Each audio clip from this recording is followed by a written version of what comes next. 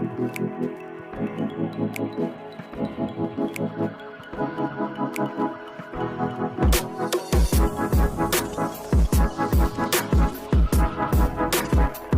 kasih Ketua.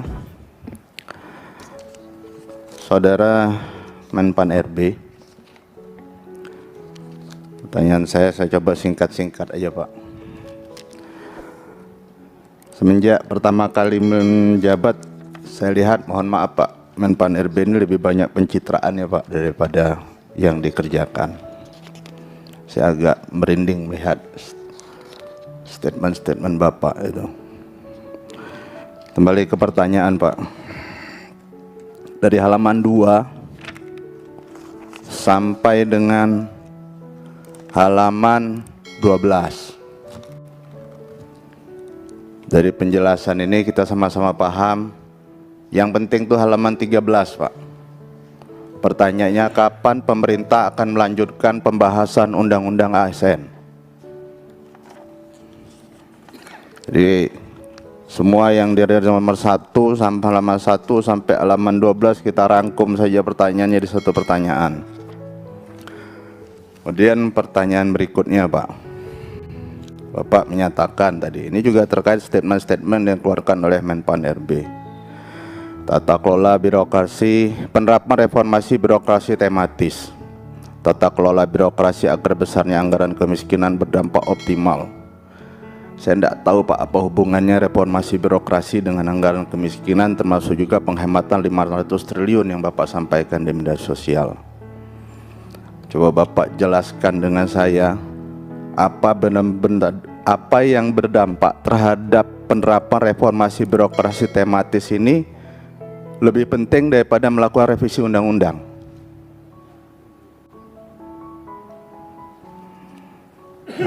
Karena semua yang Bapak ceritakan ini Pak hampir mustahil dilakukan. Coba saya contohkan lagi Pak ya. Penguatan tata kelola birokrasi merespon mengawasi hal-hal mendesak sesuai arahan Presiden berdampak serius terhadap masyarakat. Bagaimana caranya Pak?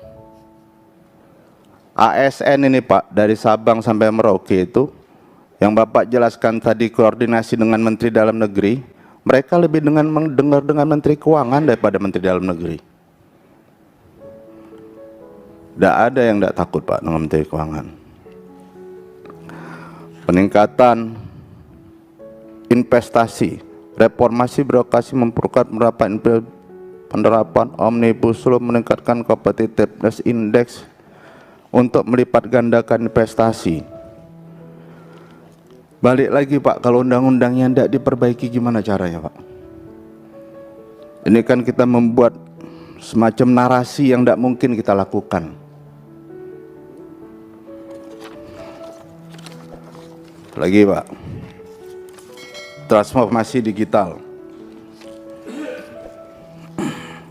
Apa yang dilakukan, diidekan ini baik Pak, transformasi digital. Memang platform digital kita ini banyak sekali. Tapi untuk mengintegrasikannya, saya rasa butuh 25 tahun Pak. Kalau Bapak ingin melihat bagaimana tingkat kesulitan kita, coba sinkronisasi dulu sistem aplikasi pengusulan anggaran yang dilakukan oleh pemerintah daerah. Itu ada banyak sekali itu. Ada 3, simpulkan jadi 1 dan 3-tiganya ada di Kementerian Keuangan.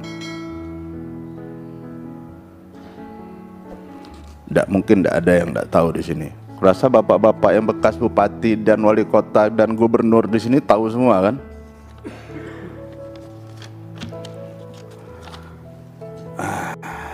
Sudah itu. Nah,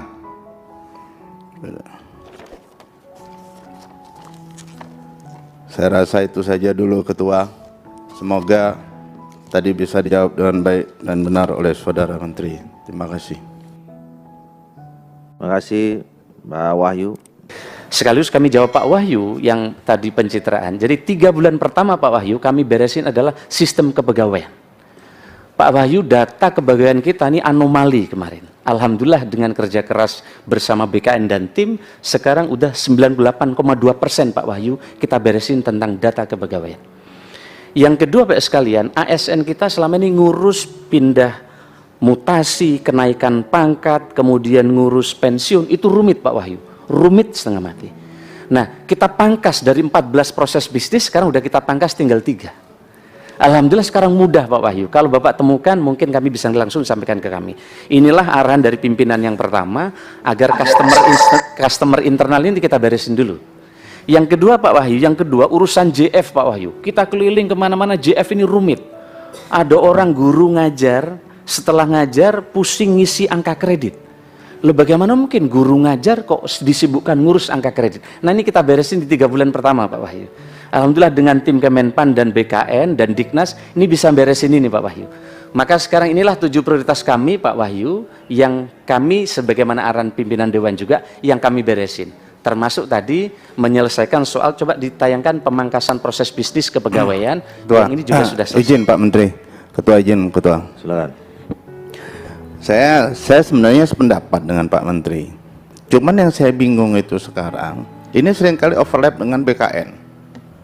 Kayak data pegawai Pak. Seharusnya kalau data pegawai itu bagus, itu sudah dikerjakan oleh BKN. Iya, apa karena BKN itu PLT terus panjangan itu kan? Nah saya sebenarnya usul Ketua, kita harus segera membentuk panja terkait hal ini antara BKN dan Menpan RB ini. Ini saling lempar terus. Formasi dibilang Menpan, begitu dari Menpan dilempar ke BKN. Begitu kita tes, kita tanya BKN, dia bilang ke Menpan. Begitu dari Menpan lempar lagi ke BKN. Sampai saya pernah bilang sama itu ketua BKN itu, Bapak ini kayak kantor pos aja saya bilang. Nah, kita tuh sekarang saya lebih nggak paham lagi sebenarnya antara tugas tupoksi BKN dan Menpan RB sebenarnya. Ini kan kayak overlap. Kalau kita dulu mau bilang mau membubarkan komisi KASN tuh jauh di antara ini. Yang overlap itu sekarang adalah BKN dan Menpan RB. Itu saja Ketua. Terima kasih. Silakan Pak. Baik, terima kasih. Jadi BKN itu di bawah koordinasi Kemenpan RB. Jadi sebenarnya tidak ada tumpang tindih, cuman kita minta pendataannya kemarin diberesin. Alhamdulillah anggota Dewan yang terhormat ini sudah 98,2% sehingga data ini selesai.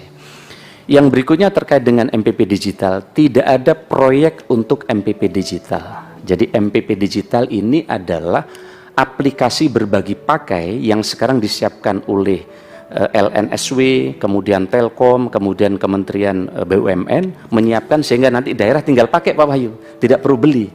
Sehingga tidak benar kalau ini ada proyek, kira-kira gitu. Apa kaitannya dengan investasi? Investasi ini yang mengerjakan pelayanan publiknya adalah ASN. Memang aturannya dari berbagai kementerian, tapi penyelenggaranya ASN. Oleh karena itu maka kalau penyelenggaranya ini jalan dengan baik, reformasi birokrasinya jalan, maka pelayanan ini akan cepat.